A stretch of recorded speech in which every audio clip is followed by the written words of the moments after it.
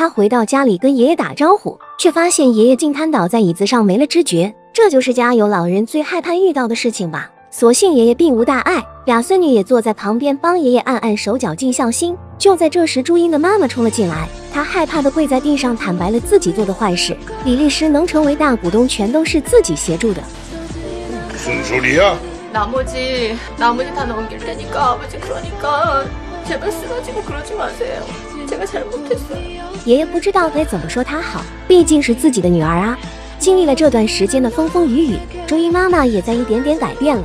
她找到婆婆聊了聊关于贤熙的情况，她希望婆婆能够劝说贤熙回去做检察官，这样自己可以重新考虑俩人的关系。但婆婆却将贤熙开始做律师的事情告诉了她，这也让朱茵妈妈十分惊讶。等晚上，朱茵见完贤熙回到家里，得知情况的妈妈也并没有像以往那样大发雷霆，而是说着让她以后不要太晚回家。这番异常让朱茵吃惊不已，她呆滞地将这件事情告诉了杜熙。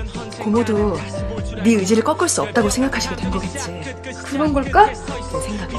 그럼 이제 우리 현석 씨만 마음 돌려주면 아무 문제 없는 건데. 지금처럼 계속 두드려. 그럼 밀릴 거야.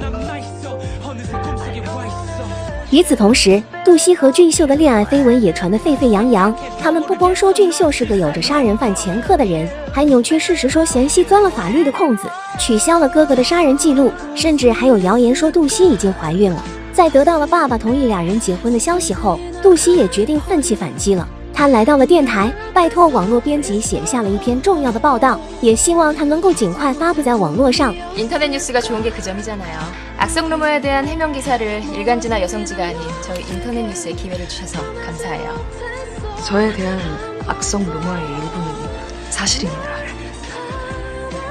전 곧 결혼을 할 거고 그 상대는 얼마 전까지만 해도 살인 전과자였습니다. 俊秀对于杜熙来说就像是人生中的明灯。在听完俊秀和杜熙的故事之后，编辑也十分感动。第二天，看到新闻里说俩人要结婚的消息，同事们也炸了。但大家在吃惊之余，对这件事情都是抱着祝福的态度。金老师也向大家坦白着自己之前只是在为俩人打着掩护。很快，吃瓜群众也打来了电话。珍珠和娜丽激动地问俊秀有没有正式求婚，得知俊秀只说了一句话，没有任何的表示。俩姐妹也对这个直男大哥哥绝望了。 但随着这件事情的报道，杜熙和老会长要处理的事情也非常的多。虽然职工的舆论是好的，但是股东那边的反响却不怎么样。大家认为杜熙和一个这样的男人结婚，对集团的发展起不到任何的帮助，他们都十分不满意。但毕竟已经向全世界宣布了结婚，老会长也想要阻止那些外界反对的声音，他让俩人不必再拖延时间，尽早定个日子举行婚礼。杜熙和俊秀面面相觑，幸福来的也太突然了吧！因为俊秀和杜熙的恋情，同事们也在办公室商量着要不要对俊秀再好一些。毕竟等俩人结婚后，俊秀一定会飞速升职的。 공준수 아니 우리 준수님은 앞으로 이제 우리한테는 동아줄 같은 분이야. 꽉 잡고 매달리면 절대 손해 볼 거 없는 거야. 就在这时，金老师和俊秀一前一后走了进来。同事在看到俊秀的那一刻，也开始了巴结模式，又是夸赞着俊秀穿上新品太有型，又是说着他怎么能够想到这么好的创意。 뭐하냐? 칭찬할 건 해야죠. 아니 이런 걸 우린 감탄이라고 부르죠. 전 처음에 공주수 씨 입사했을 때부터 천재성을 알았다니까요. 천재가 다 얼어 죽었냐? 내 앞에서 앞으로 공주수 씨 아양만 떨어봐. 서로 사귀시게 만들어줄 테니까. 很快，这边的贤熙也迎来了事务所的第一个客人。男人是曾经在工地干活的工人，贤熙曾在干活时无意间看到他来工地讨说法，因为工伤，男人的半张脸都毁了容，但却因为没有目击证人，工地也并没有给予相应的赔偿。贤熙记下了这个男人，也决定帮他去打这场官司。 그럼 치료비라도 받을 수 있는 건가요? 치료비와 정신적 피해 보상비, 성형수술을 받으실 때까지 일을 못하시니 손해액 전부를 청구할 겁니다. 근데 제가 돈이 없어서.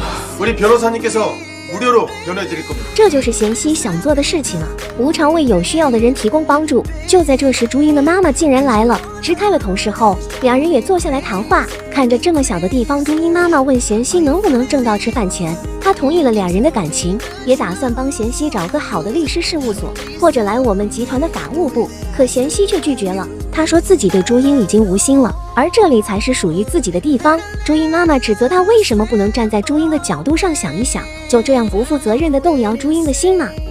사랑합니다. 앞으로의 제 인생은 척박하고 고단할 겁니다. 그래서 제가 사랑하는 사람을 그런 제 인생에 끌어들이고 싶지가 않습니다. 两人的谈话全部被趴在门口的同事听到了，同事立刻将这个好消息告诉了朱茵。得知贤熙还爱着自己，朱茵也顿时信心满满。她告诉贤熙，自己是为了你都可以跟李律师结婚的人，就算你推我走，我也不会离开的。但令俩人都没想到的是，朱茵妈妈竟然被贤熙的魅力彻底折服。她也总算知道为什么女儿非贤熙不嫁了。她将今天跟贤熙的谈话全部告诉了老公。 머리 아파 죽겠다고. 당신이 나한테 결혼하자고 했을 때처럼 설레는 것 같기도 하고 나 이상한 거지? 지영이가 왜 그 친구가 아니면 안 되겠다고 하는지 당신도 서서히 깨달아가고 있는 거지. 몰라. 나 좀. 哈哈哈！果然丈母娘看女婿都是越看越喜欢啊。第二天，俊秀收到了娜丽打来的电话，让他带着杜西回家。晚上，他们拎着果篮走到了家门口，却对眼前的一幕惊呆了。